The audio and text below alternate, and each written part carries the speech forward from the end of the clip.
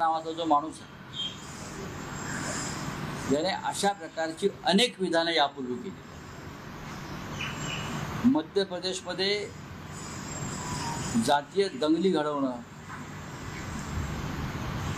हिंदू मुसलमानामध्ये भांडणं लावणं, अशा प्रकारची टोकाची विधानं करणं यासाठी विजय शहा खूप प्रसिद्ध आहे। ज्या सोफिया कुरेशी यांची नियुक्ती संरक्षण मंत्रालयानं केली जगाला दाखवण्यासाठी की आम्ही किती सेक्युलर आहोत, आणि ती सोफिया कुरेशी जी आहे तिचं संपूर्ण कुटुंब झाशीच्या राणीच्या युद्धापासून भारतीय स्वातंत्र्याच्या लढ्यात लढते आहे। अशा सोफिया कुरेशीला पाकिस्तानची किंवा आतंकवाद्याची बहीण म्हणणं यासारखा मोठा राष्ट्रद्रोह नाही। खरं म्हणजे नरेंद्र मोदी हे खरे राष्ट्रभक्त प्रधानमंत्री असतील आणि मध्य प्रदेशचे मुख्यमंत्री खरोखर राष्ट्रभक्त असतील, त्यांनी या विजय शहाची हकालपट्टी करून त्याला अटक केली पाहिजे। राष्ट्रद्रोहाच्या फालतू गुन्ह्याखाली अनेकांना अटका झाल्या मधल्या काळामध्ये। मग हा विजय शहा तुमचा मोदींचा जावई लागतो का? काय आहे? हायकोर्टाने त्याच्याविरुद्ध गुन्हा दाखल केला। हायकोर्टाने त्याच्याविरुद्ध गुन्हा दाखल करून सुद्धा हा माणूस मंत्रिमंडळात कसा? याच माणसानं शिवराज सिंग चौहान यांच्या पत्नीविरुद्ध सुद्धा अशा प्रकारचे अपशब्द काढले होते, माहितीये का तुम्हाला? याच विजय शहा शिवराज सिंग चौहान यांच्या पत्नीविरुद्ध सुद्धा अशा प्रकारचे घृणास्पद विधानं पूर्वी केलेली आहेत, तरी त्याला प्रोटेक्शन कोणाचं? आणि आज त्याने सोफिया कुरेशी विरुद्ध, म्हणजे अख्खा देश ज्या सोफिया कुरेशीला मानवंदना देतोय हा की एक लढवई महिला आपल्या हवाई दलात आहे, सैन्यात आहे, जी भारताचं नेतृत्व करते, म्हणजे इतका कचरा तुमच्या डोक्यामध्ये आहे आणि तुम्ही राष्ट्रभक्तीच्या गोष्टी करता। विजय शहाला ताबडतोब बरखास्त केलं पाहिजे, आणि नुसतं बरखास्त नाही, त्याच्यावर गुन्हा दाखल झालाय, त्याला अटक केली पाहिजे, आणि त्याची त्यांच्या पक्षातून सुद्धा हकालपट्टी केली पाहिजे। ही मागणी आम्ही सगळेच करत आहोत, पण भाजपा करणार नाही।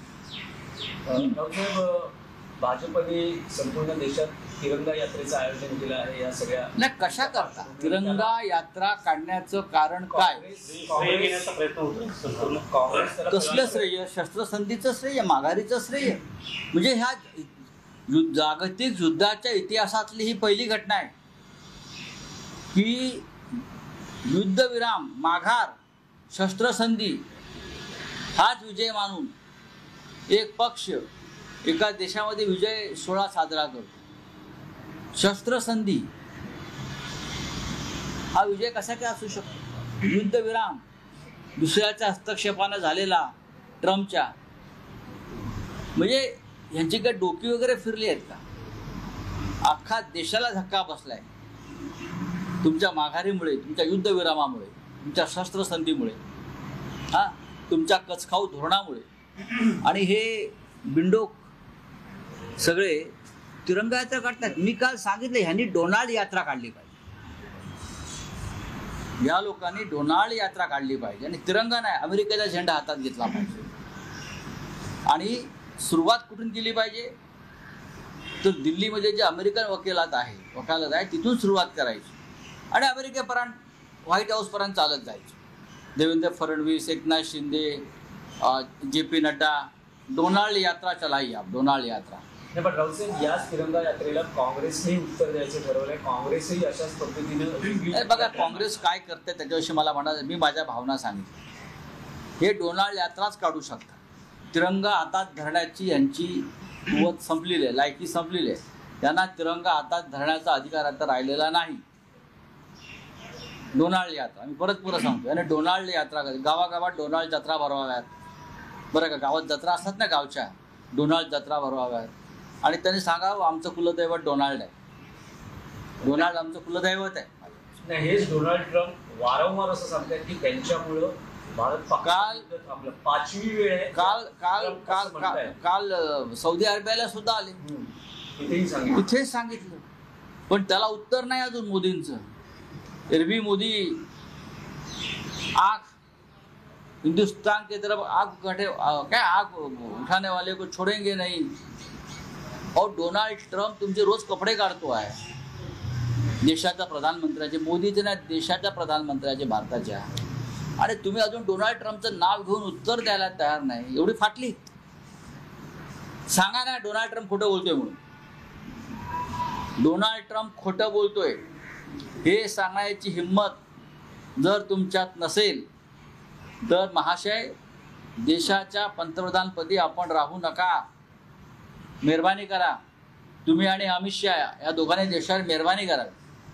नाही, शिंदेची शिवसेनेने सुद्धा काल तिरंगा रॅली ठाण्यामध्ये काढली. त्यानंतर स्वतः एकनाथ शिंदे भाजपची जी त्याला महायुतीची रॅली म्हटलं गेलं, पण अजित पवार या तिरंगा रॅलीचा बघा, मी वारंवार सांगतो एकनाथ शिंदेने सुद्धा डोनाल्ड यात्रा करा. हे कशा करता काढतात? त्यांना कळतं का युद्ध आणि युद्धबंदी आणि शस्त्रसंधी काय असते यातला फरक कळतो का? एका पक्ष फोडण्या एवढं किंवा आमदार खासदार विकत घेण्या इतकं सोपं आहे का?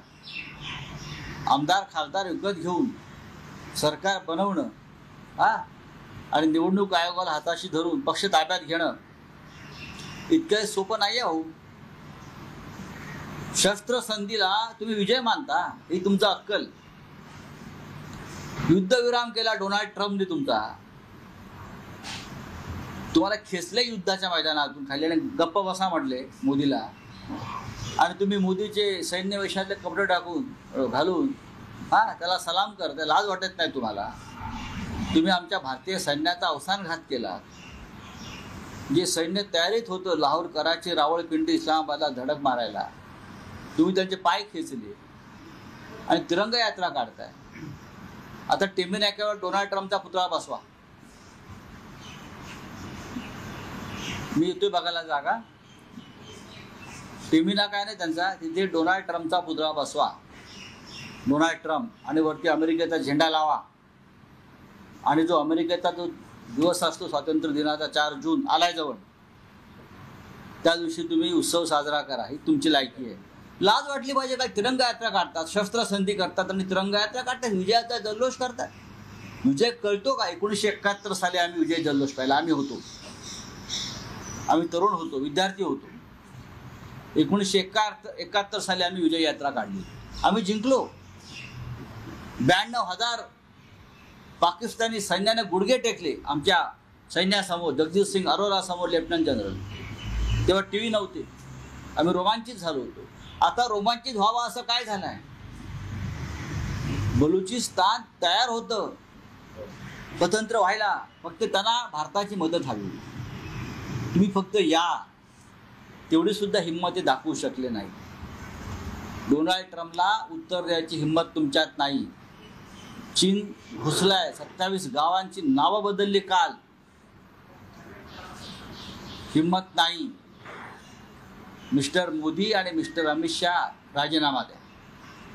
तुम्हाला राजीनामा द्यावाच लागेल. पण रावसाहेब, अलीकडच्या काळात स्वतः केंद्रीय गृहमंत्री अमित शहा या सगळ्या घटनाक्रमातून थोडेसे बाजूला झाले दिसतात. सगळीकडे फक्त मोदी, परराष्ट्र मंत्री आणि संरक्षण मंत्री असेच. अमित शहा लवकरच देशाच्या राजकारणातून बाजूला हो. पहा तुम्ही, अमित शहा यांना देशाच्या राजकारणातून जावं लागेल. आता माझं जे पुस्तक येत आहे त्यात तुम्हाला कळेल बऱ्याच गोष्टी. काय माणूस आहे तो, नरकातला स्वर्ग जो येतोय ना, त्यात तुम्हाला कळेल. तिथून त्याच्या अधपतनाला सुरुवात होईल. नवीन घडामोडी पाहण्यासाठी आजच आम्ही मुंबईकर 24 तासला लाईक करा, सबस्क्राईब करा आणि अपडेट रहा.